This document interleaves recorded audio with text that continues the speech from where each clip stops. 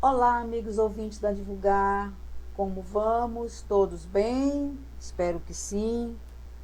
Hoje nós vamos falar sobre a consciência, construindo a consciência da imortalidade, de Alessandro Viana Vieira de Paula, está na revista Reformador, fevereiro de 2017, página 20, 21 e 22.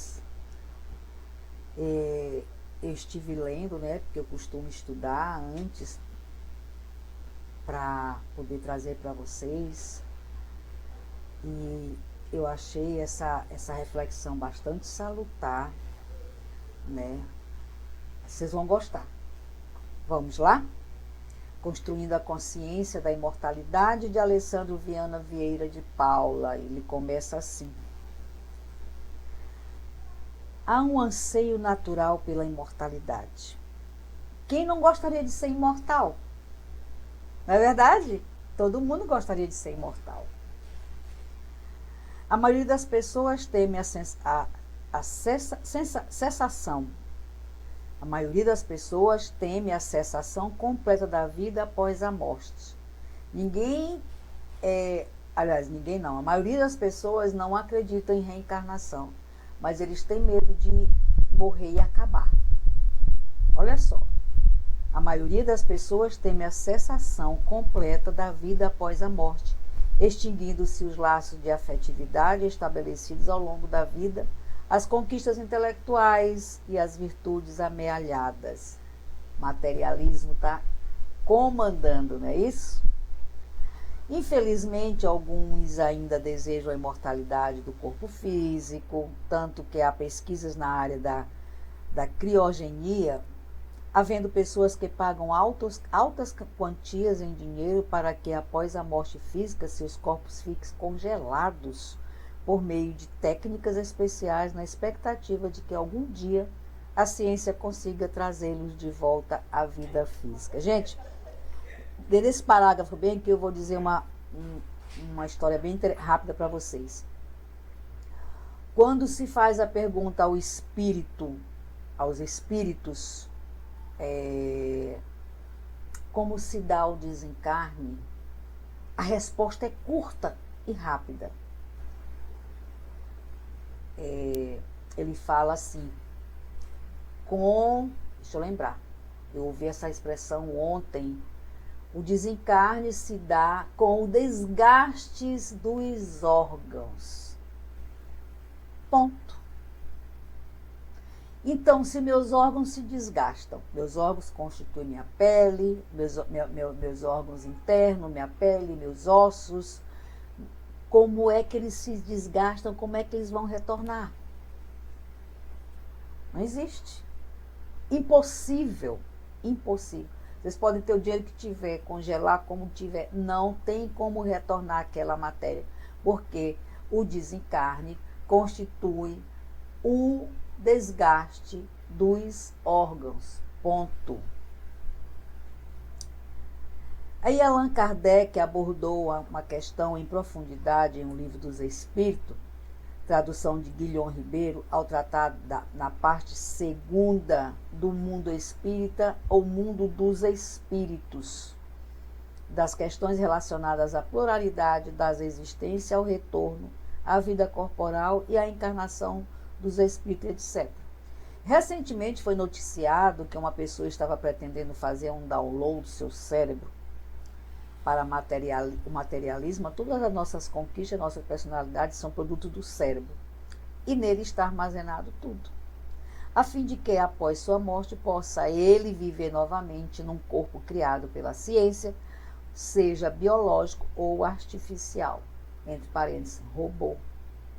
E o Espiritismo nos ensina que somos imortais em espírito. Deus é que é eterno, não foi criado e não terá fim. Dotou-nos ao nos criar da imortalidade. Fomos criados, mas não deixaremos de existir, de forma que somos espíritos imortais, destinados à perfeição relativa, devendo cada um de nós, para a concretização dessa meta divina, passar pelas reencarnações sucessivas, de modo que cada corpo nos representa abençoada oportunidade de evolução. Entendido? Todavia, construir a consciência da imortalidade vai além de saber-se imortal, pois nos convida a uma postura mais espiritualizada e moralizada diante da vida, de tal sorte que passamos a agir e fazer escolhas como espíritos imortais, momentaneamente no corpo físico, cientes de que a meta da reencarnação é o progresso intelecto-moral. Olha só, progresso do intelecto-moral nas nossas reencarnações. Se a gente reencarna para melhorar, a gente não regride, a gente pode até estagnar, mas regredir jamais. Tudo que a gente melhorou, que a gente se aprimorou nessa vida, na próxima que a gente vier, a gente vem com esses aprimoramentos, com esses melhoramentos. Aí a gente vem para aprender mais, para melhorar mais. Mas o que a gente aprendeu aqui, a gente leva todas as nossas reencarnações. Essa é uma das grandes esperanças que nós temos, né? Não regredirmos. Eu aprendi aqui, quando eu voltar, esse conhecimento eu trago. Qual o objetivo da mensagem que Deus envia à humanidade ao permitir as manifestações dos espíritos? Essa pergunta. E assim sendo, cabe-nos o desafio de vivermos no corpo como espíritos imortais, com plena consciência da imortalidade, fazendo escolhas que não nos comprometam com as leis divinas e que visem precipuamente ao progresso espiritual, até porque, conforme adverte a espiritualidade superior, serão as atitudes, os exemplos que demonstrarão nossos compromissos com a consciência da imortalidade.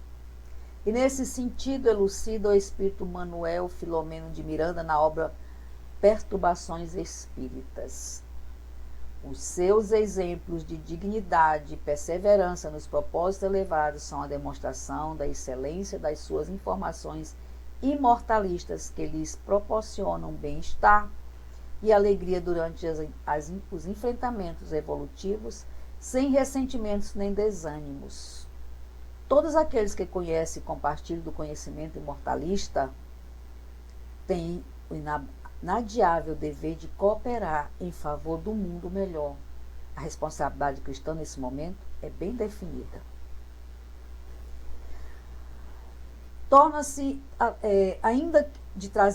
Gostaríamos ainda de trazer à tona um excelente livro de autoria do espírito Carlos Torres Pastorino, por intermédio da mediunidade de Divaldo Pereira Franco, mas pouco estudado pelos espíritas, cujo título é A Impermanência e a Imortalidade. É uma indicação do nosso querido Alessandro Viana, né, sobre esse livro de autoria do Carlos Torres Pastorino, através do Divaldo Pereira Franco. A Impermanência e Imortalidade. Viver no mundo sem perceber ao mundo conforme a proposta do Cristo. Pastorino assevera que o fim essencial da manifestação espírita é facultar a constatação da imortalidade da alma e todas as decorrências que lhe dizem respeito. Mudança profunda de conduta, conforto moral para familiares e aflitos, estabelecimento da ponte espiritual, alegria de viver, a ascensão a patamares mais significativos da evolução. Esses são os itens indicados pelo nosso querido Pastorino. E aí nós vamos falar primeiro da mudança profunda de conduta. Grande afinco pela nossa transformação moral, cujo meio mais eficaz é o conhecimento. Está lá na questão 919 do Livro dos Espíritos. Quem quiser ter mais, se aprofundar mais sobre a mudança profunda da conduta, vai lá no Livro dos Espíritos, questão 919. No item 2, que é o conforto para familiares aflitos, é sabido que o luto é uma das experiências mais dolorosas que o ser humano vivencia na Terra. E aí vem o 3, que é o estabelecimento de uma ponte espiritual. Ao sabermos que somos espíritos imortais e que também há espíritos à nossa volta, muitos de nós, querendo ajudar por amor, buscaremos de forma consciente estabelecer uma sintonia com o intuito de recebermos as melhores inspirações para as nossas vidas, o que nos auxiliará a enfrentar os desafios existenciais e a adotar uma conduta planificadora, conforme expusemos lá no item 1. O item 1 foi mudanças profundas na conduta. E aí vem o item 4, alegria de viver. Retornando aqui ao item 2, o conforto moral para familiares aflitos, nós vamos falar mais um pouquinho, levando muitas pessoas. Ele fala o seguinte: é sabido que o luto é uma das experiências mais dolorosas que o ser humano vivencia na Terra, levando muitas pessoas à revolta e à depressão, complicando o seu roteiro existencial. Mas com a certeza da imortalidade do espírito, passamos a confiar no futuro reencontro com o ente querido, que partiu, nos sendo lícito e natural sentir saudade e chorar equilibradamente pela ausência dele, prosseguindo na vida física com plena confiança em Deus, nas suas leis soberanas. Retomamos ao item 4, que é a alegria de viver, identificando a realidade imortalista e cientes de que estamos destinados ao progresso, que é inevitável, bem como assumindo que todas as dificuldades são transitórias, sendo eternas apenas nas conquistas morais que delas decorrem. Deveremos estar sempre alegres e gratos, não permitindo que o desânimo, a ociosidade e a tristeza passem a governar nossas vidas. Há momentos graves, desafios em que a tristeza se apossa de nós, e que é natural, porque ninguém pode viver num estado permanente de euforia. Isso é fato, né? Nós temos altos e baixos, nós temos alegria, nós temos tristeza, nós temos decepções, nós temos conformação, né? E assim a gente vai escrevendo a nossa história com o nosso próprio punho, né? E isso, porém, não nos deve impedir de buscar a alegria de viver, que muito nos ajudará a enfrentar as lutas cotidianas com fidelidade ao Evangelho. A gente precisa estudar o Evangelho todos os dias, caminhar com o Evangelho na nossa cabeceira, mas não deixar ele aberto, não. A gente pegar, abrir e ler. E por incrível que pareça, todas as vezes que você lê o Evangelho, por exemplo, eu li o capítulo 5 hoje, capítulo 5, item 4, por exemplo, né? Amanhã eu abro e leio ele de novo, eu encontro outras informações, eu encontro outras entrelinhas. Você pode ler o Evangelho de cima, do começo ao fim, todos os dias, e todos os dias você encontra uma informação a mais, um entendimento melhor. A palavra correta é essa, um entendimento melhor. Continuando, isso, porém, não nos deve impedir de buscar a alegria de viver, que em muito nos ajudará a enfrentar as lutas cotidianas com fidelidade ao Evangelho. A ascensão, ao quinto item, a ascensão a patamar mais significativo da evolução. Com as lentes da imortalidade, passamos a ter uma visão mais agigantada da vida e do universo, buscando cada vez mais servir, acolher, educar os próprios sentimentos e estudar as leis morais que regem a vida universal. Com esse propósito, sempre ascensional, de crescimento diário, certamente nos habilitaremos a patamares mais significativos do progresso, enriquecendo-nos intensamente de valores espirituais, pois a quem tem mais se lhes dará e terá em uma abundância. Está lá em Mateus capítulo 13, item 12. Isto é, quanto mais buscamos nos espiritualizar, tanto mais a vida nos oferece oportunidades de dar um passo além do desafio de nos integrar, de nos conectar com o Pai Celestial. A gente precisa se espiritualizar todos os dias.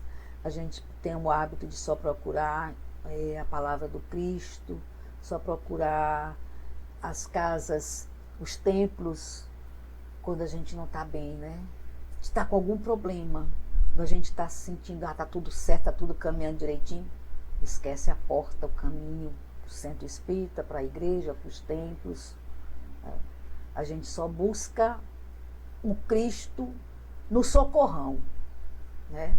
Eu costumo dizer que tem gente que olha os centros espíritas, as igrejas e os templos como socorrão. Tô mal, deixa eu ir lá tomar um soro. Passou, aliviou, tchau, deixa eu curtir a vida. Não é o que Cristo nos ensina, né? Ele diz, tanto mais a vida nos oferece a oportunidade de dar um passo além do desafio, nos entregar, nos conectar com o Pai Celestial. Outro sim, não poderíamos deixar de citar que o Evangelho de Jesus é o sol da imortalidade, que o Espiritismo reflete para o tempo, para os tempos atuais, e o grande coroamento do Evangelho se deu com a denominação episódio da ressurreição. Quando Cristo aparece a Maria Madalena e aos apóstolos em espírito, não em corpo físico, comprovando que a vida prossegue e é eterna. É a primeira vez que o Espírito plasma para pessoas encarnadas foi Cristo, foi Jesus. Ele morreu e essa história de ressuscitar não existe, porque ele não morreu, morreu a matéria, né? Morreu a matéria, mas o Espírito permaneceu vivo e ele plasmou diante de Madalena e de alguns discípulos. Ele apareceu, ele se conectou, realmente ele plasmou, né? Porque eles chegaram a visualizar ele. Então o Espírito se tornou visível a Maria Madalena e alguns apóstolos. Foi o primeiro Espírito que se tornou visível a espíritos encarnados. Foi Jesus. E esse episódio do Evangelho foi tão significativo que fortaleceu os discípulos para prosseguirem as suas tarefas.